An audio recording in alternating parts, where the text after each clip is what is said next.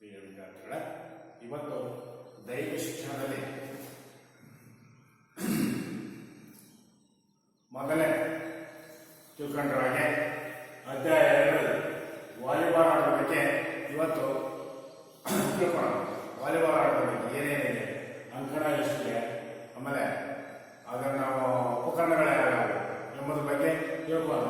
ಇಂದಿನ ಅದಕ್ಕೆ ನೀವು ಸಹ ಆಟವನ್ನು ಆಡಿದರೆ ಇವತ್ತು ಸ್ವಲ್ಪ ಇನ್ನೂ ಒಂದ್ಸರಿ ಈ ವಾಲಿಬಾಲ್ ಆಟದ ಬಗ್ಗೆ, ಇತಿಹಾಸದ ಬಗ್ಗೆ, ಆಮೇಲೆ ಯಾರು ಇದು ಯಾವ ದೇಶದಲ್ಲಿ ಉಂಟು ಎನ್ನುವುದ್ರ ಬಗ್ಗೆ ತಿಳ್ಕೊಳ್ಳೋಣ. ಇದರಲ್ಲಿ ವಾಲಿಬಾಲ್ ಆಟದಲ್ಲಿ ಸ್ವಲ್ಪ ಕೆಳಗಿನ ಅಂಶಗಳನ್ನು ವಾಲಿಬಾಲ್ ಆಟದ ಇತಿಹಾಸ, ಏನೇನು ಇತಿಹಾಸ ಇದೆ, ಯಾವ ರೀತಿ ಹುಟ್ಟುತ್ತಿದ್ದು ವಾಲಿಬಾಲ್ ಇದರ ಇತಿಹಾಸ ಏನು, ಇದರ ಹಿನ್ನೆಲೆ ಏನು ಎನ್ನುವುದ್ರ ಬಗ್ಗೆ ತಿಳ್ಕೊಳ್ಳೋಣ. ಆಮೇಲೆ ವಾಲಿಬಾಲ್ ಅಂಕಣ ಮಾದರಿ, ಅಂಕಣ ಇಲ್ಲಿದೆ ಅದರಲ್ಲಿ ಅಂಕಣ, ಅದರ ಮಾದರಿ ಯಾವ ರೀತಿ ರಚನೆ ಮಾಡಬೇಕು ಅನ್ನೋದ್ರ ಬಗ್ಗೆ, ವಾಲಿಬಾಲ್ ಅಂಕಣದ ರಚನೆ ಯಾವ ರೀತಿ ರಚನೆ ಮಾಡಬೇಕು, ಅಗಲ ಎಷ್ಟು, ಉದ್ದ ಎಷ್ಟು, ಆಮೇಲೆ ಸೆಂಟ್ರಲ್ ಲೈನ್ ಎಷ್ಟು, ಆಮೇಲೆ ಸೆಂಟ್ರಲ್ ಲೈನ್ ಅಟ್ಯಾಚ್ ಲೈನ್ ಇದೆ, ಈಗ ಅದೆಷ್ಟು ಉದ್ದ ಇರುತ್ತೆ, ಎಷ್ಟು ಅಗಲ ಇರುತ್ತೆ, ಮತ್ತೆ ನೆಟ್ 2 ಫೋಲ್ಗಳು ಮತ್ತು ನೆಟ್ ಕಟ್ಟೋದು ಅದರ ಬಗ್ಗೆ ತಿಳ್ಕೊಳ್ಳೋಣ. ಮತ್ತೆ ಆಟದಲ್ಲಿ ಬಳಸುವ ಉಪಕರಣಗಳು, ಏನೇನು ಬಳಸ್ತೀವಿ ನಾವು ಉಪಕರಣಗಳನ್ನ ವಾಲಿಬಾಲ್ ಆಟದಲ್ಲಿ ಏನೇನು ಬಳಸ್ತೀವಿ, ವಾಲಿಬಾಲ್ ಬಳಸ್ತೀವಿ, ವಾಲಿಬಾಲ್ ನೆಟ್ ಬಳಸ್ತೀವಿ, ಆಮೇಲೆ ಆಂಟಿನಾಗಳನ್ನು ಬಳಸ್ತೀವಿ, ಸೈಡ್ ಕಟ್ಟಕ್ಕೆ ಆಂಟಿನಾಗಳು, ಆಮೇಲೆ ಆಂಟಿನ ಕಟ್ಟಕ್ಕೆ ಟೇಪ್ ಕೊಡ್ತೀವಿ ಅಲ್ವಾ, ಟೇಪ್ ಅದನ್ನು ಸಹ ಕೊಡ್ತೀವಿ. ಮತ್ತೆ ವಾಲಿಬಾಲ್ ಆಟದ ನಿಯಮಗಳು, ವಾಲಿಬಾಲ್ ಆಟದಲ್ಲಿ ಯಾವ್ಯಾವ ನಿಯಮಗಳು ಎನ್ನುವ ಬಗ್ಗೆ ತಿಳ್ಕೊಂಡು ಪೂರ್ತಿಯಾಗಿ. ಮೊದಲು ಇತಿಹಾಸ ಏನಿದೆ, ವಾಲಿಬಾಲ್ ಆಟದಲ್ಲಿ ಯಾವ ರೀತಿ ಇದು ಉಳ್ಕೊಂಡು, ಯಾವ ರೀತಿಯಾಗಿ ಇದು ಪ್ರಾರಂಭವಾಯಿತು, ಯಾವ ದೇಶದಲ್ಲಿ ಪ್ರಾರಂಭವಾಯಿತು, ಯಾರು ಪ್ರಾರಂಭ ಮಾಡಿದ್ರು ವಾಲಿಬಾಲ್ ಆಟವನ್ನು ಎಂಬುದರ ಬಗ್ಗೆ ತಿಳ್ಕೊಳ್ಳೋಣ. ಇತಿಹಾಸ, ವಾಲಿಬಾಲ್ ಆಟವು ಅಮೆರಿಕ ದೇಶದ ವಿಲಿಯಂ ಜಿ ಮಾರ್ಗನ್ ಅಮೆರಿಕ ದೇಶದ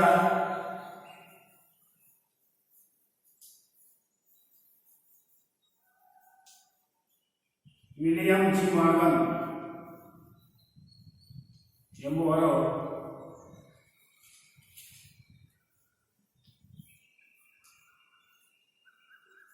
ಈ ಆಟವನ್ನು ಕಂಡುಹಿಡಿದರು. ಯಾವ ರೀತಿ ಕಂಡುಹಿಡಿದರು ಎನ್ನುವ ಬಗ್ಗೆ ಎಂಬುವರಿಂದ 1895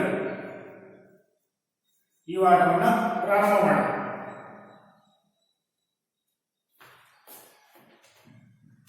ಇಲ್ಲಿ ವಾಲಿಬಾಲ್ ಆಟವು ಅಮೆರಿಕ ದೇಶದ ವಿಲಿಯಂ ಜಿ ಮಾರ್ಗನ್ ಎಂಬುವರಿಂದ 1895ರಿಂದ ಸಂಶೋಧಿಸಲ್ಪಟ್ಟಿತು.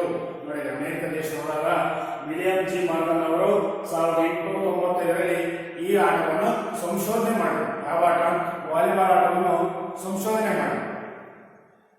ಈ ಆಟವನ್ನು ಪ್ರಾರಂಭದಲ್ಲಿ ಮನರಂಜನೆಗಾಗಿ ಬಟ್ಟೆ ಸುತ್ತಿದ ದಪ್ಪದಾದ ಚೆಂಡನ್ನು 2 ಕಂಬಗಳಿಗೆ ಕಟ್ಟಿದ ದಾರದ ಮೇಲೆ ಕಳಿಸುವಂತಹ ಪ್ರಯತ್ನಗಳು ಸಾಗಿದವು. ನೋಡಿ, ಇದು ಮೊದಲು ಯಾವ ರೀತಿ ವಾಲಿಬಾಲ್ ಆಡ್ತಾ ಇದ್ರಪ್ಪ ಅಂತಂದ್ರೆ, ದಪ್ಪದಾದ ಬಟ್ಟೆಗಳನ್ನು ತೆಗೆದುಕೊಂಡು ಈ ಆಟವನ್ನು ಪ್ರಾರಂಭದಲ್ಲಿ ಮನರಂಜನೆಗಾಗಿ ಆಡ್ತಾ ಇದ್ರು ಅಲ್ವಾ. ಮನರಂಜನೆಗಾಗಿ ಯಾವ ರೀತಿಯಾಗಿ ಬಟ್ಟೆ ಸುತ್ತಿದ ಚೆಂಡು, ದಪ್ಪದಾದ ಚೆಂಡನ್ನು ಏನ್ ಮಾಡ್ತಿದ್ರಪ್ಪ ಅಂದ್ರೆ, ಇಲ್ಲಿ 2 ಕಂಬಗಳನ್ನು ಇಟ್ಕೊಂಡ್ಬಿಟ್ಟು, ಅವಾಗ ಅಂಕಣ ಏನಿಲ್ಲ, 2 ಕಂಬಗಳನ್ನು ಇಟ್ಬಿಟ್ಟು ಅದಕ್ಕೊಂದು ದಾರ ಕಟ್ಟಿಬಿಟ್ಟು ದಪ್ಪದಾದ ಚೆಂಡನ್ನು ಮಾಡಿಕೊಂಡು ಬಟ್ಟೆಯಲ್ಲಿ ಚೆಂಡನ್ನು ಮಾಡ್ಕೊಂಡ್ಬಿಟ್ಟು ಈ ಕಂಬಗಳಿಗೆ ಒಂದು ದಾರ ಕಟ್ಕೊಂಡು ಎಸ್ತಾಡ್ತಾ ಇದ್ರು ಅಲ್ವಾ. ಕಳಿಸುವಂತಹ ಪ್ರಯತ್ನಗಳು ಸಾಗಿದ್ದವು. ಚೆಂಡು ಎದುರಾಳಿ ಅಂಕಣದಿಂದ ಬರುವಾಗ ಅಡ್ಡವಾಗಿ ಕಟ್ಟಿರುವ ದಾರದ ಮೇಲೆ ವಾಲಿಯಾಗಿ ಬರುವುದರಿಂದ ವಾಲಿಬಾಲ್ ಎಂಬ ಹೆಸರು ಬಂದಿತ್ತು. ನೋಡಿ, ವಾಲಿಬಾಲ್ ಎಂಬ ಹೆಸರು ಹೆಂಗ್ ಬಂತಪ್ಪ ಅಂತಂದ್ರೆ, ಚೆಂಡು ಎದುರಾಳಿ ಅಂಕಣದಿಂದ, ಈ ಕಡೆ ಅಂಕಣದಿಂದವ ಚೆಂಡು ಎದುರಾಳಿ ಅಂಕಣದಿಂದ ಬರುವುದರಿಂದ ವಾಲಿಬಾಲ್ ಬರುವಾಗ ಅಡ್ಡವಾಗಿ ಇಲ್ಲಿ ಎಸ್ತಗ, ಈ ಕಡೆಯಿಂದ ಎಸ್ತಗ, ಈ ಅಂಕಣದಿಂದ ಈ ಕಡೆಗೆ ಎಸ್ತಗ ವಾಲಿಯಾಗಿ ಬರುವುದು, ವಾಲಿಯಾಗಿ ಎಸ್ಬಿಟ್ಟು ಅಂತಂದ್ರೆ ಅದಕ್ಕೆ ವಾಲಿಬಾಲ್ ಎಂಬ ಹೆಸರು ಬಂತು.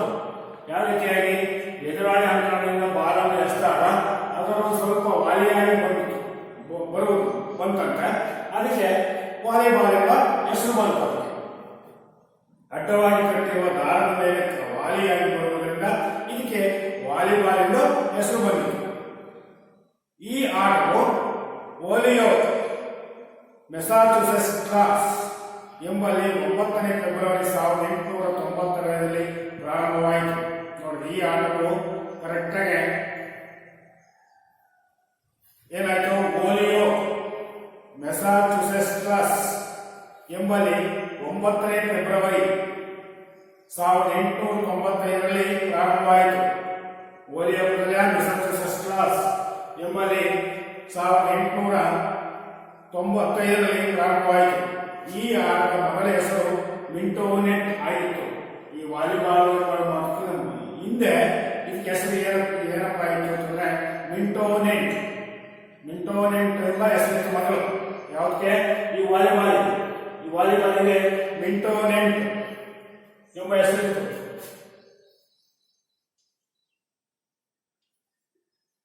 ಮಿಂಟೋನೆಟ್ ಎಂಬ ಹೆಸರಿತ್ತು ಮೊದಲು. ಯಾವುದಕ್ಕೆ? ಈ ವಾಲಿಬಾಲ್. ಈಗ ವಾಲಿಬಾಲ್ ಅಂತ ಮಾಡಿದ್ರೆ ಅದೇ ಎದುರಾಳಿ ಅಂಕಗಳಿಂದ ಎಷ್ಟಾಗ ಬಾಲನ್ನು ಎಷ್ಟಾಗ ಬಟ್ಟೆ ಸಿಕ್ಕ ಚೆಂಡನ್ನು ಎಷ್ಟಾಗ ಸ್ವಲ್ಪ ವಾಲಿಯಾಗಿ ಎಷ್ಟಾಗ ಅವ್ರು ಏನ್ ಮಾಡಿದ್ರು, ಇದಕ್ಕೆ ವಾಲಿಬಾಲ್ ಎಂಬ ಹೆಸರು ಬಂತು. ಮೊದಲು ಏನಿತ್ತಪ್ಪ ಅಂತಂದ್ರೆ ಇದಕ್ಕೆ ಈ ವಾಲಿಬಾಲ್ಗೆ ಮಿಂಟೋನೆಟ್ ಎಂಬ ಹೆಸರಿತ್ತು.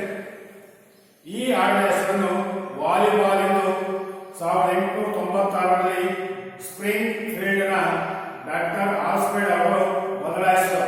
ನೋಡಿ, ಈ ಮಿಂಟೋನೆಟ್ ಎಂಬ ಹೆಸರನ್ನು ಮತ್ತು ಬದಲಾಯಿಸಿದರು. ಯಾರು? ಎಷ್ಟರಲ್ಲಿ ಈ ವಾಲಿಬಾಲ್ ಎಂದು ಹೆಸರು ಮಾಡಿದಾಗ 1896ರಲ್ಲಿ ಸ್ಪ್ರಿಂಗ್ ಫೀಲ್ಡ್ನ ಡಾಕ್ಟರ್ ಆಲ್ಸ್ಫ್ರೆಡ್ ಅವರು ಈ ಆಟವನ್ನು ವಾಲಿಬಾಲ್ ಎಂದು ಹೆಸರಿಟ್ಟರು. ಈ ಆಟದ ಮೊದಲ ಹೆಸರು ಮಿಂಟೋನೆಟ್ ಆಗಿತ್ತು. ಈ ಆಟದ ಹೆಸರನ್ನು ವಾಲಿಬಾಲ್ ಎಂದು 1896ರಲ್ಲಿ ಡಾಕ್ಟರ್ ಸ್ಪ್ರಿಂಗ್ಫೀಲ್ಡ್ನ ಡಾಕ್ಟರ್ ಆಲ್ಸ್ಫ್ರೆಡ್ ಅವರು ಬದಲಾಯಿಸಿದರು. ಮಿಂಟೋನೆಟ್ ಎಂಬ ಹೆಸರಿತ್ತಲ್ಲ, ಅದಕ್ಕೆ 1896ರಲ್ಲಿ ಆಲ್ಸ್ಫ್ರೆಡ್ನ ಸ್ಪ್ರಿಂಗ್ಫೀಲ್ಡ್ನ ಡಾಕ್ಟರ್ ಆಲ್ಸ್ಫ್ರೆಡ್ ಅವರು ಈ ಆಟವನ್ನು ಮತ್ತೆ ವಾಲಿಬಾಲ್ ಎಂದು ಹೆಸರಿಟ್ಟರು. ಇದಕ್ಕೆ ವಾಲಿಬಾಲ್ ಆಟವನ್ನು ಪ್ರಚಾರ ಮಾಡುವಲ್ಲಿ YMCA Young men's Christians association, YMCA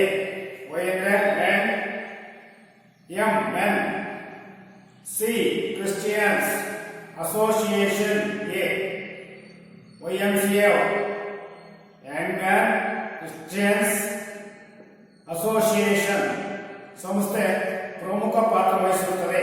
ಈ ವಾಲಿಬಾಲ್ ಆಟವನ್ನು ಪರಿಚಯ ಮಾಡೋಕೆ YMCA ಸಂಸ್ಥೆ ಈ ಆಟವನ್ನು ನಮ್ಮ ದೇಶದಲ್ಲಿ ಪ್ರಚಾರ ಮಾಡುತ್ತೆ. ಯಾವುದು? ಈ ವಾಲಿಬಾಲ್ ಆಟವನ್ನು ಯಾವ ಸಂಸ್ಥೆ? YMCA Young man Christians association ಅಂತೇಳಿ. ಕಾಲಕಾಲಕ್ಕೆ ಆಟದ ನಿಯಮಗಳು ವಿಕಾಸಗೊಳ್ಳುತ್ತಾ ಕಾಲಕಾಲಕ್ಕೆ ವರ್ಷಕ್ಕೆ ಈ ನಿಯಮಗಳು ಚೇಂಜ್ ಆಗ್ತವೆ ಮತ್ತು ವಾಲಿಬಾಲ್ ಆಡ್ತಾವೆ. 1916ರಲ್ಲಿ 3 ಸ್ಪರ್ಶ ಯತ್ನ ನಿಯಮವನ್ನು ಅಳವಡಿಸಲಾಯಿತು. ನೋಡಿ, 1916ರಲ್ಲಿ ಏನ್ ಮಾಡಿದ್ರಪ್ಪ ಅಂದ್ರೆ 3 ಸ್ಪರ್ಶ ಯತ್ನಗಳನ್ನು, ಸ್ಕಿಲ್ಸ್ಗಳನ್ನು, ಕೌಶಲ್ಯಗಳನ್ನು 3 ಯತ್ನ ಬರೆದ. ಎಷ್ಟರಲ್ಲಿ? 1916ರಲ್ಲಿ 3 ಸ್ಪರ್ಶ ಯತ್ನಗಳನ್ನು ನಿಯಮವನ್ನು ಅಳವಡಿಸಲಾಯಿತು. ನಿಯಮಗಳು ಸ್ಕಿಲ್ಸ್ಗಳನ್ನು, ಕೌಶಲ್ಯಗಳನ್ನು ಅಳವಡಿಸಲಾಯಿತು. ಯಾವ ಆಟಕ್ಕೆ? ಈ ವಾಲಿಬಾಲ್ ಆಟಕ್ಕೆ 1916ರಲ್ಲಿ 3 ಯತ್ನಗಳ ನಿಯಮಗಳನ್ನು ಅಳವಡಿಸಿ ಮಾಡಿ. ಪ್ರಥಮ ಮಹಾಯುದ್ಧ ಸಂದರ್ಭದಲ್ಲಿ ಅಮೆರಿಕದ ಭೂಸೇನಾದಳದ ಸೈನಿಕರು ವಾಲಿಬಾಲ್ ಆಟವನ್ನು ಯುರೋಪ್ ಖಂಡಕ್ಕೆ ಪರಿಚಯಿಸಿದರು. ಏನ್ ಮಾಡಿದ್ರು ಅಂತಂದ್ರೆ, ಪ್ರಥಮ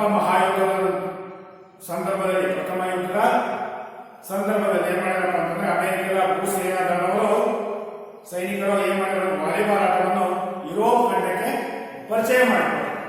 ಯಾವ ರೀತಿ ಆಡೋದಿಲ್ಲ ಅಂತ ಯುರೋಪ್ ಖಂಡದ ದೇಶಗಳಿಗೆ, ರಾಷ್ಟ್ರಗಳಿಗೆ ಈ ವಾಲಿಬಾಲ್ ಆಟವನ್ನು ಪರಿಚಯ ಮಾಡಿದ್ರು. ಯಾವ ರೀತಿ ಆಟ? Federation of international the volleyball FIVB ಎಂಬ ಅಂತಾರಾಷ್ಟ್ರೀಯ ಸಂಸ್ಥೆ 1947ರಲ್ಲಿ ಅಸ್ತಿತ್ವಕ್ಕೆ ಬಂದಿತ್ತು. ಇಲ್ಲಿ 1947 ಏನೋ ಯಾವ ಸಂಸ್ಥೆ ಅಸ್ತಿತ್ವಕ್ಕೆ ಬಂತು ಅಂದ್ರೆ federation of India, federation of international the volleyball ಅಂದ್ರೆ FIVB, federation of international the volleyball ಎಂಬ ಅಂತಾರಾಷ್ಟ್ರೀಯ ಸಂಸ್ಥೆ 1947ರಲ್ಲಿ ಅಸ್ತಿತ್ವಕ್ಕೆ ಬಂತು. ಯಾವುದು ಈ ವಾಲಿಬಾಲ್ ಆಡೋ ಸಂಸ್ಥೆ. ಪಾಲ್ ಲಿಬಾವುಡ್ ಇವರು ಈ ಸಂಸ್ಥೆಯ ಪ್ರಥಮ ಅಧ್ಯಕ್ಷರಾಗಿದ್ದರು. ಯಾವ ಸಂಸ್ಥೆಯ?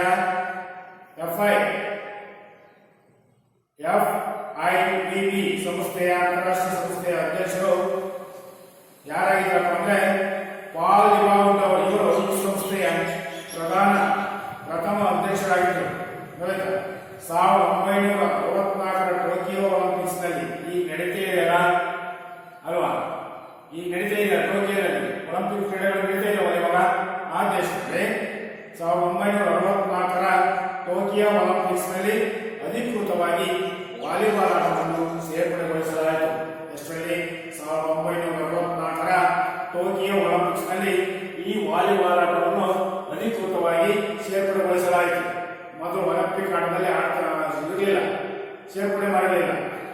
ಎಷ್ಟರಲ್ಲಿ ಮಾಡಿರಪ್ಪ ಅಂದ್ರೆ 1964ರಲ್ಲಿ ಈ ಒಲಿಂಪಿಕ್ ನಲ್ಲಿ ಟೋಕಿಯೋ ದೇಶದಲ್ಲಿ ಒಲಿಂಪಿಕ್ ಆಟವನ್ನು ಆಡಿದ್ರೆ ಈ ವಾಲಿಬಾಲ್ ಆಟವನ್ನು ಸೇರ್ಪಡೆಗೊಳಿಸಿದರು, ಅಧಿಕೃತವಾಗಿ ಸೇರ್ಪಡೆಗೊಳಿಸಿದರು. ನೋಡಿ, ವಾಲಿಬಾಲ್ ಆಟದ ಅಂಕಣ ಯಾವ ಅಂಕಣದ ಪರಿಚಯ ಮತ್ತು ಅಳತೆಗಳು ಏನೇನು ಅಂಕಣ, ಯಾವ ಅಂಕಣದ ಪರಿಚಯ, ಎಷ್ಟು ಉದ್ದ ಇರಬೇಕು, ಎಷ್ಟು ಅಗಲ ಇರಬೇಕು ಅನ್ನೋದ್ರ ಬಗ್ಗೆ ಅಲ್ವಾ. ಅಂಕಣ ವಾಲಿಬಾಲ್ ಅಂಕಣ.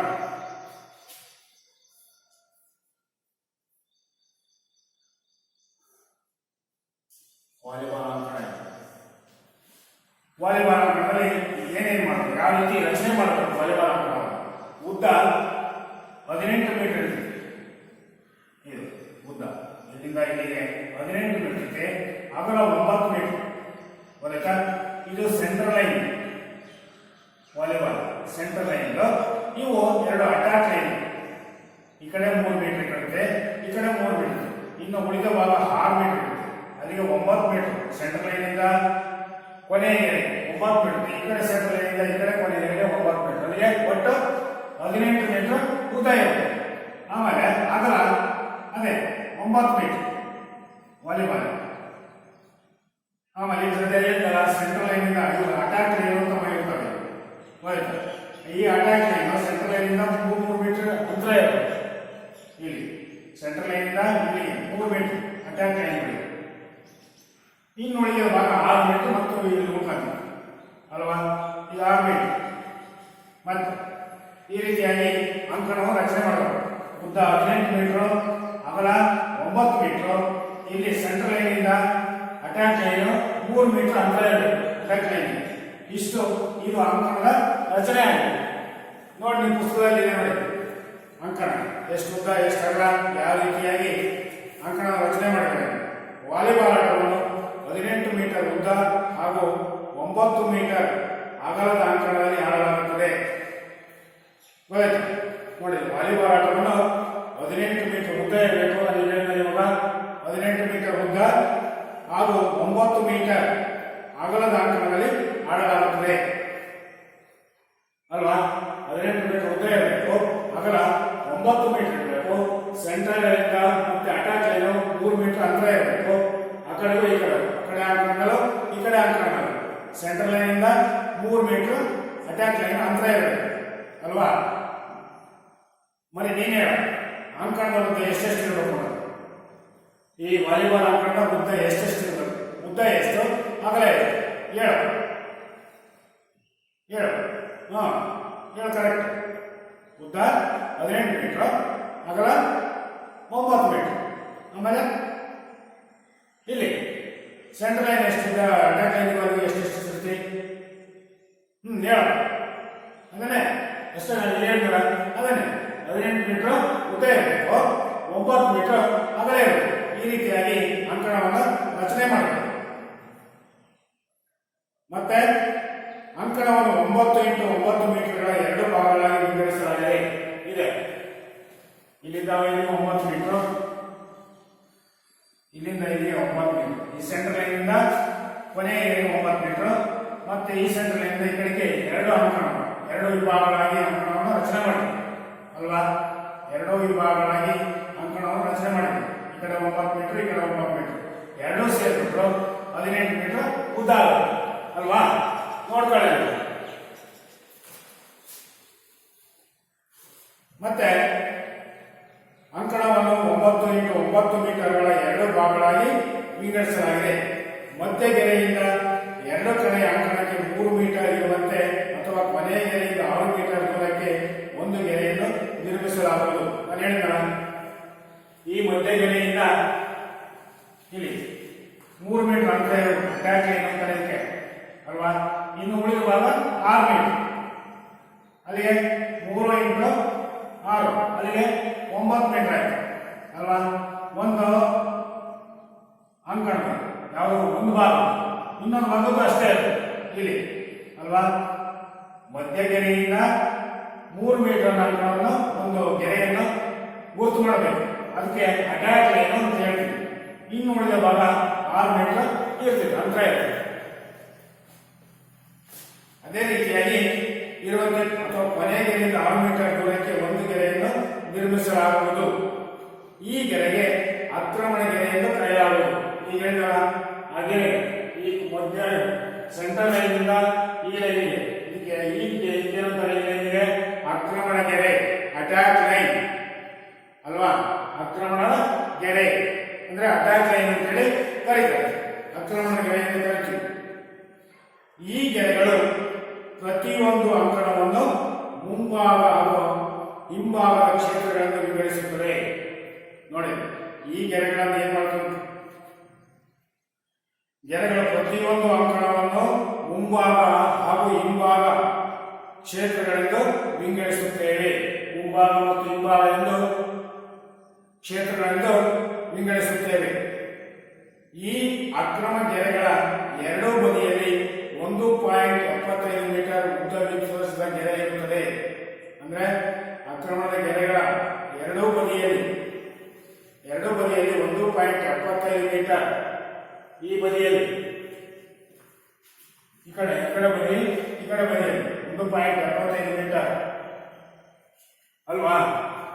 ಆಕ್ರಮಣದ ಗೆರೆಯನ್ನು ಸೇರಿಸುತ್ತದೆ.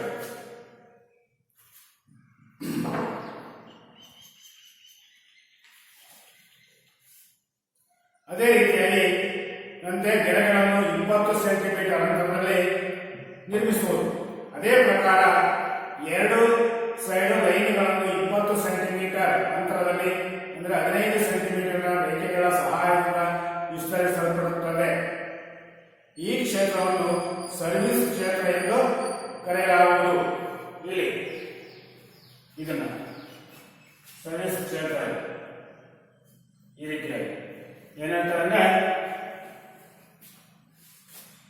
ನಂತೆ 5 ಗೆರೆಗಳನ್ನು 20 ಸೆಂಟಿಮೀಟರ್ ಅಂತರದೊಂದಿಗೆ ನಿರ್ಮಿಸುವುದು. ಅದೇ ಪ್ರಕಾರ 2 ಸೈಡ್ ಲೈನ್ಗಳನ್ನು 20 ಸೆಂಟಿಮೀಟರ್ ಅಂತರದಲ್ಲಿ 15 ಸೆಂಟಿಮೀಟರ್ನ ರೇಖೆಗಳ ಸಹಾಯದಿಂದ ವಿಸ್ತರಿಸಲ್ಪಡುತ್ತದೆ. ಈ ಕ್ಷೇತ್ರವನ್ನು ಸರ್ವಿಸ್ ಕ್ಷೇತ್ರ ಎಂದು ಕರೆಯುತ್ತಾರೆ. ಏನಪ್ಪ ಸರ್ವಿಸ್ ಕ್ಷೇತ್ರ ಅಂದ್ರೇನು ಹೇಳೋ, ಹೇಳಿದ್ಮೇಲೆ ಇವಾಗ ಅದನ್ನೇ ಹೇಳ ಅಂದ್ರೆ ನಂತರ 5 ಗೆರೆಗಳನ್ನು 20 ಸೆಂಟಿಮೀಟರ್ ಅಂತರದೊಂದಿಗೆ ನಿರ್ಮಿಸುವುದು. ಅದೇ ಪ್ರಕಾರ 2 ಸೈಡ್ ಲೈನ್ಗಳು 20 ಸೆಂಟಿಮೀಟರ್ ಅಂತರದಲ್ಲಿ 15 ಸೆಂಟಿಮೀಟರ್ನ ರೇಖೆಗಳ ಸಹಾಯದಿಂದ ವಿಸ್ತರಿಸಲ್ಪಡುತ್ತದೆ ಅಲ್ವಾ, ವಿಸ್ತರಿಸಲ್ಪಟ್ಟಿರುತ್ತವೆ. ಈ ಕ್ಷೇತ್ರವನ್ನು ಸರ್ವಿಸ್ ಕ್ಷೇತ್ರ ಎಂದು ಕರೆಯಲಾಗುತ್ತದೆ. ಅಂಕಣದ ಮಧ್ಯದಲ್ಲಿ ಭೂಮಿಯಿಂದ ನೆಟ್ಟಿನ ಎತ್ತರವು ಪುರುಷರಿಗೆ 2.43 ಮೀಟರ್ ಹಾಗೂ ಮಹಿಳೆಯರಿಗೆ 2.24 ಮೀಟರ್ ಇರುತ್ತದೆ. 14 ವರ್ಷಕ್ಕಿಂತ ಕಿರಿಯ ಬಾಲ ಬಾಲಕ ಬಾಲಿಕೆಯರಿಗೆ ನೆಟ್ಟಿನ ಎತ್ತರವು 2.24 ಮೀಟರ್ ಇರುತ್ತದೆ. ನೋಡಿ, ಅಂಕಣ ಮಧ್ಯದಲ್ಲಿ ಇಲ್ಲಿ ನೆಟ್ಟು ಪುರುಷರಿಗೆ 2.43 ಇರ್ತದೆ, ಮಹಿಳೆಯರಿಗೆ 2.24 ಮೀಟರ್ ಎತ್ತರದಲ್ಲಿ ನೆಟ್ಟನ್ನು ಕಟ್ಟಬೇಕು. ಮತ್ತು ಬಾಲಕ ಬಾಲಿಕೆಯರಿಗೆ ನಮ್ಮ ಹೈಸ್ಕೂಲ್ ಲೆವೆಲ್ಗೆ 2.24 ಮೀಟರ್, ಬಾಲಕ ಬಾಲಿಕೆಯರಿಗೂ ಅಷ್ಟೇ 2.24 ಮೀಟರ್ ಎತ್ತರದಲ್ಲಿ ನೆಟ್ಟನ್ನು ಕಟ್ಟಬೇಕು. ಪುರುಷರಿಗೆ ಅಂದರೆ ದೊಡ್ಡರಿಗೆ ಅವರಿಗೆ 2.43 ಮೀಟರ್ ಎತ್ತರದಲ್ಲಿ ವಾಲಿಬಾಲ್ ನೆಟ್ಟನ್ನು ಕಟ್ಟಬೇಕಾಗುತ್ತೆ ಅಲ್ವಾ. ನಮ್ಮ ಹೈಸ್ಕೂಲ್ ಮಕ್ಕಳಿಗೆ ಏನು ಮಾಡಬೇಕು ಅಂತಂದ್ರೆ 2.24 ಮೀಟರ್ ಎತ್ತರದಲ್ಲಿ 2 ಕಂಬಗಳನ್ನು ನೆಟ್ಬಿಟ್ಟು ನೆಲದಿಂದ 2.24 ಮೀಟರ್ ಇಟ್ಕೋಬೇಕು. ನೆಲದಿಂದ ಆ ನೆಟ್ ನೆಲದಿಂದ 2.24 ಮೀಟರ್ ಅಂತರದಲ್ಲಿ ಇಟ್ಕೊಂಡು ನೆಟ್ಟನ್ನು ಆ ಲೆವೆಲ್ಗೆ ಕಟ್ಟಬೇಕು. 2 ಕಂಬಗಳಿಗೆ, ಈ ಕಡೆ ಕಂಬವನ್ನು ಇರ್ತಿ, ಈ ಕಡೆ ಕಂಬವನ್ನು ಆಯ್ತು 2.24 ಮೀಟರ್ ಕಟ್ಟಬೇಕು. ಆಟದ ಉಪಕರಣಗಳು ಏನೇನಪ್ಪ ಅಂತಂದ್ರೆ ವಾಲಿಬಾಲ್ ಆಟದಲ್ಲಿ ಚೆಂಡು, ಜಾಳಿಗೆ, ಚೆಂಡು, ಜಾಳಿಗೆ ನೆಟ್ ನೆಟ್ ಕಟ್ತೀವಲ್ಲ, ಇಲ್ಲಿ ಜಾಳಿಗೆ ಅನ್ನೋದಲ್ಲ, ಇಂಗ್ಲಿಷ್ ನೆಟ್, ಬದಿಪಟ್ಟಿ ಮತ್ತು ಆಟಗಳನ್ನು ಉಪಕರಣವಾಗಿ ಬಳಸುತ್ತಾರೆ. ಏನೇ ಬಳಸ್ತೀವಿ ಉಪಕರಣಗಳನ್ನ ವಾಲಿಬಾಲ್ ಆಟದಲ್ಲಿ? ಇಲ್ಲಿ ವಾಲಿಬಾಲ್ ಚೆಂಡು ಇರುತ್ತೆ, ವಾಲಿಬಾಲ್ ಇರುತ್ತೆ, ಮತ್ತೆ ನೆಟ್ ಇರುತ್ತೆ. ಇಲ್ಲಿ ನೆಟ್ ಕಟ್ಟಿದಾಗ ಪಟ್ಟಿ ಕಟ್ಟಬೇಕು ಮತ್ತು ಆಂಟೆನಾಗಳನ್ನು ಕಟ್ಟಬೇಕು. ತೆಳುವಾದ ಬಿದಿರಿನ ಬೆತ್ತದ ಕಡ್ಡಿಗಳು ಇರ್ತಾವೆ, ತೆಳುವಾದ ಉದ್ದನ, ಅವಕ್ಕೆ ಆಂಟೆನಾಗಳನ್ನು ಕರಿತೀವಿ. ಮತ್ತೆ ಪಟ್ಟಿ, ಬದಿ ಪಟ್ಟಿ ಅಂತೇಳಿ ಕಟ್ಟಬೇಕಾಗುತ್ತೆ. ಆಟ ಆಡ್ತಾರೆ ಈ ಜಿಲ್ಲಾ ಮಟ್ಟದಲ್ಲಿ, ರಾಜ್ಯ ಮಟ್ಟದಲ್ಲಿ ಕಟ್ಕೊಳ್ತಾರೆ ಈ ಆಡ್ತಾರೆ. ಬದಿ ಪಟ್ಟಿ ಕೊಡ್ತಾರೆ ಮತ್ತು ಆಂಟೆನಾಗಳನ್ನು ಓದಿದ್ದಾರೆ. ಇವು ಬೆತ್ತದ ಕಡ್ಡಿಗಳು, ತೆಳುವಾದ ಬೆತ್ತದ ಕಡ್ಡಿಗಳನ್ನು ಈ ನೆಟ್ಟಿನ ಉದ್ದಕ್ಕೆ ನೋಡ್ತಾರೆ. ಈ ಸೈಡ್, ಈ ಕಡೆ ಕಮ್ಮ ಸೈಡು, ಈ ಕಡೆ ಕಮ್ಮ ಸೈಡು ಆಂಟೆನಾಗಳು ಮತ್ತು ಬದಿ ಪಟ್ಟಿ ಅಂತ ಕೊಡ್ತಾರೆ ವಾಲಿಬಾಲ್ ನೆಟ್ಟಿಗೆ. ವಾಲಿಬಾಲ್ ಆಟದ ಚೆಂಡು ಮತ್ತು ಜಾಳಿಗೆ, ಬದಿಪಟ್ಟಿ ಮತ್ತು ಆಂಟೆನಾಗಳನ್ನು ಉಪಕರಣಗಳಾಗಿ ಬಳಸುತ್ತಾರೆ. ಈ ಹೇಳಿದಲ್ಲ ಏನೇನು ಆಟದ ಉಪಕರಣಗಳು, ವಾಲಿಬಾಲ್ ಮತ್ತು ನೆಟ್ಟು ಮತ್ತು ಬದಿಪಟ್ಟಿ, ಆಂಟೆನಾಗಳು ಹೇಳಿದ್ನಲ್ಲ, ಇವು ತೆಳುವಾದ ಸಣ್ಣ ಕೋಲಂತವು ಬೆತ್ತದ ಕಡ್ಡಿಗಳು, ಅವನ್ನ ಕಟ್ತಾರೆ. ಚೆಂಡು, ವಾಲಿಬಾಲ್ ಆಟದಲ್ಲಿ ಮೃದುವಾದ ಚರ್ಮದಿಂದ ಅಥವಾ ಸಿಂಥೆಟಿಕ್ ಚರ್ಮದಿಂದ ತಯಾರಿಸಿದ ಗೋಲಾಕಾರದ ಚೆಂಡುಗಳನ್ನು ಉಪಯೋಗಿಸುತ್ತಾರೆ. ನೋಡಲಿ, ಈ ಚೆಂಡು ಯಾವುದು ಉಪಯೋಗಿಸ್ತಾರೆ ಅಂತಂದ್ರೆ ವಾಲಿಬಾಲ್ ಆಟದಲ್ಲಿ ಮೃದುವಾದ ಅಂದ್ರೆ ಒರಟಾಗಿರಬಾರ್ದು, ಆಟ ಆಡಬೇಕಾದ ಬಾಲ್ ಮೃದುವಾಗಿರಬೇಕು. ಮೃದುವಾದ ಚರ್ಮದಿಂದ ಅಥವಾ ಸಿಂಥೆಟಿಕ್ ಚರ್ಮದಿಂದ ಕೂಡಿರಬೇಕು, ಬಾಲ್ ತಯಾರಿಸಿರಬೇಕು. ಮೃದುವಾದ ಚರ್ಮ ಅಥವಾ ಸಿಂಥೆಟಿಕ್ ಚರ್ಮ ಇರಬೇಕು. ಅದರಲ್ಲಿ ಈ ವಾಲಿಬಾಲ್ ತಯಾರು ಮಾಡಿರ್ತಾರೆ. ಅವನ್ನ ಈ ದುಂಡಾಗಿರುತ್ತೆ ವಾಲಿಬಾಲ್ ಅಲ್ವಾ. ಇಲ್ಲಿ ವಾಲಿಬಾಲ್ ದುಂಡಾಗಿರುತ್ತೆ.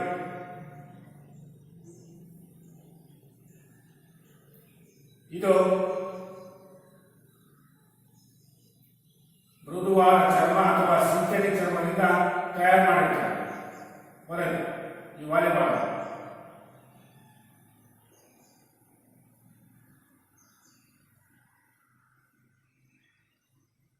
ಇದು ವಾಲಿಬಾಲ್.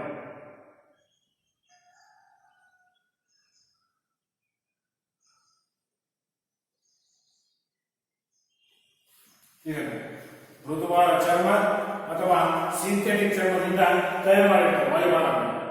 ಮೃದುವಾಗಿರಬೇಕು ವಾಲಿಬಾಲ್ ಆಡೋದ್ರೆ ಬಾಲ್ ಮೃದುವಾಗಿ ಇರಬೇಕು, ಗೊತ್ತಾಯ್ತಾ. ಮತ್ತೆ ಇದರೊಳಗೆ ರಬ್ಬರ್ನಿಂದ ತಯಾರಿಸಿದ ಗಾಳಿಯ ಚೀಲ ಇರುತ್ತದೆ. ಇಲ್ಲಿ ಇದರೊಳಗಡೆ ಬರೀ ಚರ್ಮ ಇರೋದಿಲ್ಲ, ಇಲ್ಲಿ ಒಳಗಡೆ ಒಂದು ರಬ್ಬರ್ ಇರುತ್ತೆ. ಆ ರಬ್ಬರಿಗೆ ಗಾಳಿ ತುಂಬಿದ್ರೆ ಮಾತ್ರ ಬಾಲ್ ದುಂಡಾಗಿ ಕಾಣುತ್ತೆ ಅಲ್ವಾ. ಇದರಲ್ಲಿ ಈ ಒಳಗಡೆ ವಾಲಿಬಾಲ್ ಒಳಗಡೆ ಒಂದು ರಬ್ಬರ್ ಚೀಲ ಇರುತ್ತೆ. ಈ ರಬ್ಬರ್ ಚೀಲಿಗೆ ನಾವು ಗಾಳಿ ತುಂಬ್ತೀವಿ. ಗಾಳಿ ತುಂಬಿದ್ರೆ ಮಾತ್ರ ಈ ದುಂಡಾಕಾರ ಬರ್ತೈತಿ. ನೋಡಿದ್ರಲ್ಲ ಒಳಗಡೆ ಬ್ಲಾಡರ್ ಅಲ್ವಾ, ಬ್ಲಾಡರ್ ಇರುತ್ತೆ ಒಳಗಡೆ ಒಂದು ರಬ್ಬರ್ ಚೀಲ ಇರುತ್ತೆ. ಒಳಗಡೆ ಬಾಲ್ ಒಳಗಡೆ ಸೇರಿಸಿರ್ತಾರೆ. ಆ ರಬ್ಬರ್ ಚೀಲದಲ್ಲಿ ಚೀಲಕ್ಕೆ ಏನ್ ಮಾಡ್ತೀವಿ ನಾವು ಗಾಳಿ ತುಂಬ್ತೀವಿ. ಗಾಳಿ ತುಂಬಿದಾಗ ಮಾತ್ರ ಆಟ ಆಡಬಹುದು. ಗಾಳಿ ಹೋಯ್ತು ಅಂತಂದ್ರೆ ಆಟ ಆಡಕ್ಕೆ ಬರೋದು. ಅದರಿಂದ ಇದಕ್ಕೆ ಇಲ್ಲಿ ಬ್ಲಾಡರ್ ಅಂತ ಹೇಳ್ತೀವಿ, ಒಳಗಡೆ ಇದಕ್ಕೆ ಬ್ಲಾಡರ್ ಅಂತ ಹೇಳ್ತೀವಿ. ಒಳಗಡೆ ಗಾಳಿ ಸಲ ಇಟ್ಕೊಳ್ಬಹುದು. ಅದರಲ್ಲಿ ಗಾಳಿ ತುಂಬಿದ ಮಾತ್ರ ಬಾಲ್ ಗುಣಾಕಾರವಾಗಿರುತ್ತೆ. ಅವಾಗ ವಾಲಿಬಾಲ್ ಆಡಕ್ಕೆ ಅನುಕೂಲವಾಗುತ್ತೆ. ರಬ್ಬರ್ನಿಂದ ತಯಾರಿಸಿದ ಗಾಳಿ ಚೀಲ ಇರುತ್ತದೆ. ಚೆಂಡು ಬಿಳುಪು ಬಣ್ಣದಾಗಿರಬಹುದು ಅಥವಾ ಕೆಲವು ಬಣ್ಣಗಳ ಸಮ್ಮಿಶ್ರಣವಾಗಿರಬಹುದು. ಬಾಲ್ ಯಾವೆಲ್ಲ ಇದೆ, ಬಿಳಿ ಬಣ್ಣದಾಗಿರಲಿ, ಇಲ್ಲ ಅಂತಂದ್ರೆ ಹಲವಾರು ಬಣ್ಣಗಳು ನೋಡಿದ್ರೆ ನಮ್ಮ ವಾಲಿಬಾಲ್ ಅಲ್ಲಿ ಯಾವ ರೀತಿ ಬಣ್ಣಗಳು ಇರ್ತವೆ ಅನ್ನೋದು. ಬಿಳಿ ಬಣ್ಣಗಳು ಇರುತ್ತೆ ಮತ್ತೆ ಹಲವಾರು ಬಣ್ಣಗಳಿಂದ ಕೂಡಿರ್ತಕ್ಕಂಥ ಬಾಲು ಇರುತ್ತೆ ಅಲ್ವಾ. ಸಮ್ಮಿಶ್ರಣಗೊಂಡು ಇದರ ಸುತ್ತಳತೆ 65 ಸೆಂಟಿಮೀಟರ್ ಇಂದ 67 ಸೆಂಟಿಮೀಟರ್ ಇರುತ್ತೆ. ಇದರ ಸುತ್ತಳತೆ ಎಷ್ಟಿರುತ್ತೆ ಅಂತಂದ್ರೆ 65 ಸೆಂಟಿಮೀಟರ್ ಇಂದ 66 ಸೆಂಟಿಮೀಟರ್, 65 ಸೆಂಟಿಮೀಟರ್ ಇಂದ 67 ಸೆಂಟಿಮೀಟರ್ ಸುತ್ತಳತೆ. ಈ ಬಾಲಿನ ಸುತ್ತಳತೆ ಇದರ ಸುತ್ತಳತೆ ಎಷ್ಟಿರ್ತದೆ ಅಂದ್ರೆ 65 ರಿಂದ 67 ಸೆಂಟಿಮೀಟರ್ ಸುತ್ತಳತೆ ಇರುತ್ತೆ. ಯಾವಾಗ ನಾವು ಗಾಳಿ ತುಂಬಿದಾಗ ಏನಿದೆ ಚಪ್ಪಡೆ ಆಗಿದೆ ಅಲ್ವಾ, ಅವಾಗ ಏನು ಬರುತ್ತೆ 65 ಸೆಂಟಿಮೀಟರ್ ಇಂದ 67 ಸೆಂಟಿಮೀಟರ್ ಬರುತ್ತೆ ಹೇಳೋದು. ಅದರಿಂದ ನಾವು ಈ ಬಾಲಲ್ಲಿ ಈ ಒಳಗಡೆ ರಬ್ಬರ್ ಚೀಲ ಇರುತ್ತೆ, ಅದರ ಒಳಗಡೆ ನಾವು ಗಾಳಿ ತುಂಬಿದಾಗ 65 ಸೆಂಟಿಮೀಟರ್ ಇಂದ 67 ಸೆಂಟಿಮೀಟರ್ಗೆ ಇರುತ್ತೆ ಈ ಬಾಲ್ ಅಲ್ವಾ. ಈ ರೀತಿ ಒಳಗಡೆ ರಬ್ಬರ್ ಚೀಲಕ್ಕೆ ಗಾಳಿ ತುಂಬಿದಾಗ ಅಷ್ಟು ಇಂಚಸ್ ಬರುತ್ತೆ, ಕುಂದಾಕಾರವಾಗಿ ಬರುತ್ತೆ. ನಷ್ಟಿರಬೇಕು. ಹಾಗೂ ತೂಕವು 260 ರಿಂದ 280 ಗ್ರಾಮಷ್ಟು ಇರಬೇಕು. ನೋಡೋಣ ತೂಕ ಎಷ್ಟು ನಾವು ಗಾಳಿ ತುಂಬಿದಾಗ ಅಂತಂದ್ರೆ 260 ರಿಂದ 280 ಗ್ರಾಮಷ್ಟು ಇರಬೇಕು. ಮೊದಲು ತೂಕ ಇರೋದಿಲ್ಲ, ಗಾಳಿ ಹೊಡೆದ ಮೊದಲು, ಗಾಳಿ ತುಂಬುವ ಮೊದಲು ತೂಕ ಇರೋದಿಲ್ಲ, ಸ್ವಲ್ಪ ಇರುತ್ತೆ. ಅದಕ್ಕೆ ನಾವು ರಬ್ಬರ್ ಚೀಲಕ್ಕೆ ಗಾಳಿ ತುಂಬಿದಾಗ ತೂಕ ಎಷ್ಟು ಇರಬೇಕಪ್ಪ ಅಂತಂದ್ರೆ 260 ರಿಂದ 280 ಗ್ರಾಮಷ್ಟು ಇರಬೇಕು. 260 ರಿಂದ 200 ಗ್ರಾಮ್ ಇರಬೇಕು. ಜಾಳಿಗೆ ನೆಟ್ ಅಲ್ವಾ, ಕನ್ನಡದಲ್ಲಿ ಜಾಳಿಗೆ ಅಂತ ಕರೀತೀವಿ ಅಲ್ವಾ. ವಾಲಿಬಾಲ್ ಆಟದಲ್ಲಿ ಬಳಸುವ ಜಾಳಿಗೆ 9.5 ಮೀಟರ್ ಇಂದ 10 ಮೀಟರ್ ಉದ್ದವಿರುತ್ತದೆ. ನೆಟ್ಟಿನ ಉದ್ದ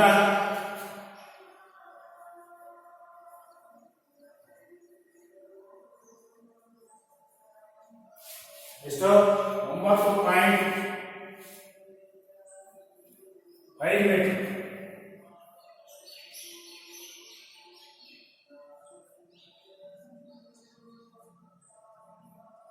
ಒಂಬತ್ತು ಪಾಯಿಂಟ್ 10 ಮೀಟರ್.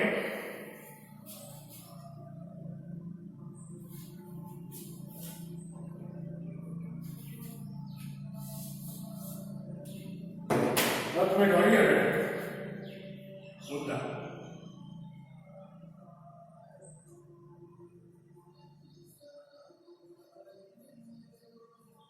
ಉದ್ದ ನೆಟ್ ನೋಡಿರಲಿಲ್ಲ, ಉದ್ದ ಇರಬೇಕು. ಆಮೇಲೆ ಆ 1 ಮೀಟರ್ ಅಗಲ ಇರುತ್ತೆ ನೆಟ್ಟಿನ ಉದ್ದ, 1 ಮೀಟರ್ ಅಗಲ.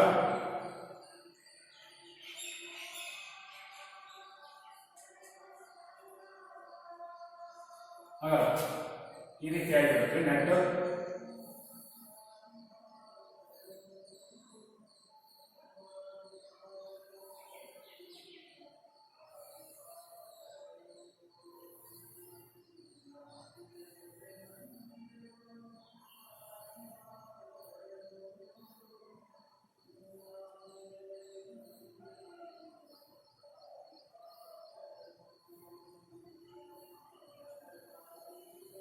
ಈ ರೀತಿಯಾಗಿ ನಟ್ ರಚನೆ ಆಗಿದೆ. ಉದ್ದ ಎಷ್ಟು?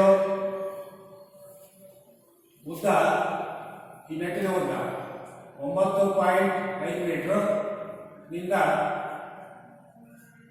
10 ಮೀಟರ್ ವರೆಗೆ, ಅಗಲ 1 ಮೀಟರ್ ನೆಟ್ಟಿನ. ನೋಡಿ ಇದು ನೆಟ್ ಅಲ್ವಾ. ಎಷ್ಟಿರಬೇಕಪ್ಪ ಅಂತಂದ್ರೆ ವಾಲಿಬಾಲ್ ಆಟದಲ್ಲಿ ಬಳಸುವ ಜಾಳಿಗೆಯು 9.5 ಮೀಟರ್ ಇಂದ 10 ಮೀಟರ್ ವರೆಗೆ ಇರಬೇಕು, ಉದ್ದ ಇರಬೇಕು.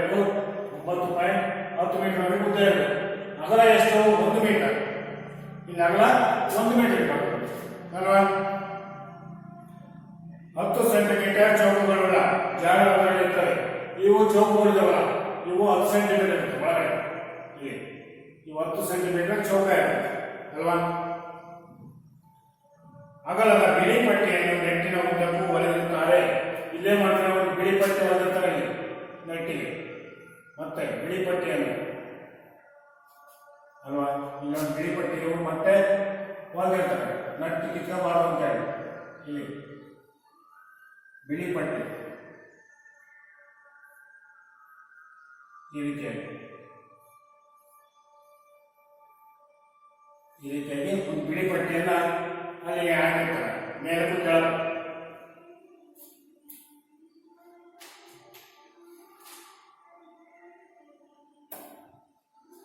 ಮೇಲ್ಭಾಗದಲ್ಲಿ 7 ಸೆಂಟಿಮೀಟರ್ ಅಗಲದ ಬಿಳಿ ಪಟ್ಟಿಯನ್ನು ನೆಟ್ಟಿನ ಉದ್ದಕ್ಕೂ ಹೊಲಿದಿರುತ್ತಾರೆ. 5 ಸೆಂಟಿಮೀಟರ್ ಅಗಲ ಹಾಗೂ 1 ಮೀಟರ್ ಉದ್ದದ 2 ಬಿಳಿ ಪಟ್ಟಿಗಳನ್ನು ಬದಿ ರೇಖೆಗಳಾಗಿ ನೇರಕ್ಕೆ ಬರುವಂತೆ ಜಾಳಿಯಲ್ಲಿ ಬಿಗಿಗೊಳಿಸುತ್ತಾರೆ. ಇದಕ್ಕೆ ಬದಿ ಪಟ್ಟಿ ಎಂದು ಕರೆಯುತ್ತಾರೆ. ಏನು ನಾವು ಬದಿ ಪಟ್ಟಿಗಳು ನೆಟ್ಟಿ ಕಟ್ಟಿರ್ತಾರೆ. ಏನು 5 ಸೆಂಟಿಮೀಟರ್ ಅಗಲ ಹಾಗೂ 1 ಮೀಟರ್ ಉದ್ದದ 2 ಬಿಳಿ ಪಟ್ಟಿಗಳನ್ನು ಬದಿ ರೇಖೆಗಳ ನೇರಕ್ಕೆ ಬರುವಂತೆ ಬಿಗಿಗೊಳಿಸುತ್ತದೆ. ಇದಕ್ಕೆ ಬದಿ ಪಟ್ಟಿ ಎಂದು ಕರೆಯುತ್ತದೆ. ಆಂಟಿನ ಇಲ್ಲಿಂದ ಆಂಟಿನಗಳು ಬೆತ್ತದ ಕಡ್ಡಿಗಳನ್ನು ಸೈಡ್ಗಳ ದೊಡ್ಡವನ್ನು ಈ ಕಡವನ್ನು ಕಂಬದ ಹತ್ರ ಆಂಟಿನಗಳನ್ನು ಪ್ರತಿಯೊಂದು ಬದಿ ಪಟ್ಟಿಗಳ ಹೊರಭಾಗದಲ್ಲಿ 1.80 ಮೀಟರ್ ಉದ್ದದ ಹಾಗೂ 10 ಮಿಲಿಮೀಟರ್ ವ್ಯಾಸದ 2 ಆಂಟಿನಗಳನ್ನು ಬಿಗಿಗೊಳಿಸಿರುತ್ತಾರೆ. ಉದ್ದ ಎಷ್ಟಿರುತ್ತಪ್ಪ ಅಂತಂದ್ರೆ 1.80 ಮೀಟರ್ ಉದ್ದ ಹಾಗೂ 10 ಮಿಲಿಮೀಟರ್ ವ್ಯಾಸದ ದಪ್ಪ 2 ಆಂಟಿನಗಳನ್ನು ಬಿಗಿಗೊಳಿಸಿರುತ್ತಾರೆ ಅಲ್ವಾ. ಮತ್ತೆ ಈ ಇರಬೇಕು ಆಂಟೆಗಳನ್ನು ಕಂಬ ಎಲ್ಲ ನೆಟ್ಟಲ್ಲಿ ಕಟ್ಟಬಹುದು. ಅದಕ್ಕೆ 2 ಬದಿಯಲ್ಲಿ ಇಲ್ಲಿ ಕಂಬಗಳನ್ನು ಅಳವಡಿಸಬೇಕು.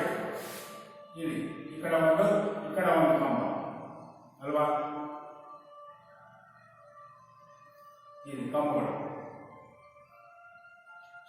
ಕಂಬಗಳನ್ನು ಅಳವಡಿಸಬೇಕು. ಯಾವ ರೀತಿಯಾಗಿ ನೋಡಿ, ಜಾಳಿಗೆಯನ್ನು ಆಧರಿಸುವ ಕಂಬಗಳನ್ನು ಬದಿ ರೇಖೆಯಿಂದ 0.5 ಮೀಟರ್ನಿಂದ 1 ಮೀಟರ್ ವರೆಗೆ ನೆಟ್ಟಿರಬೇಕು. ಆ ಬೆಳೆಯಿಂದ 1 ಮೀಟರ್ ಪಕ್ಕಕ್ಕೆ ಕಂಬಗಳನ್ನು ನೆಡಬೇಕು. ಇವುಗಳ ಎತ್ತರವು ಭೂಮಿಯಿಂದ 2.55 ಮೀಟರ್ ಲಂಬವಾಗಿ ಇರಬೇಕು. ಈ ಕಂಬಗಳು ಗೋಲಾಕಾರವಾಗಿರಬೇಕು, ನುಣುಪಾಗಿರಬೇಕು ಮತ್ತು ಸ್ಥಿರವಾಗಿರಬೇಕು.